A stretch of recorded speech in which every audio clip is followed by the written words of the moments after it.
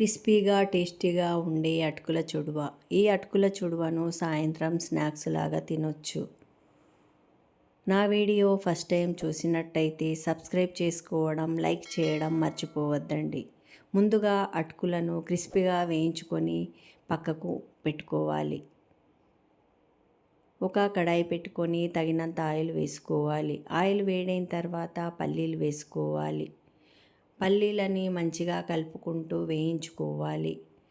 పల్లీలు వేగిన తర్వాత పక్కకు తీసేసుకోవాలి.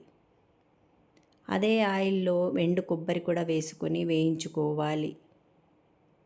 ఎండు కొబ్బరి వేగిన తర్వాత తీసేసుకోవాలి. కట్ చేసుకున్న మిరపకాయలను వేసుకోవాలి, కరివేపాకు వేసుకోవాలి. వేసుకొని మంచిగా వేయించుకోవాలి.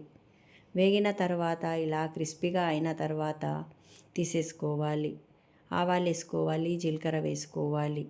పొట్టుతోనే వెల్లుల్లిపాయలను దంచుకొని ముద్ద వేసుకోవాలి.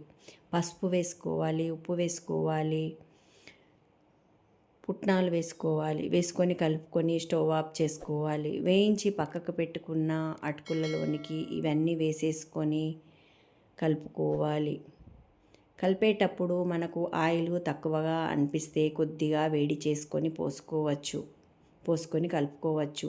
ఉప్పు కూడా టేస్ట్ చేసి అవసరం పడితే వేసుకొని కలుపుకోండి. చల్లారిన తర్వాత స్టోర్ చేసుకోండి. అంతేనండి. Thank you.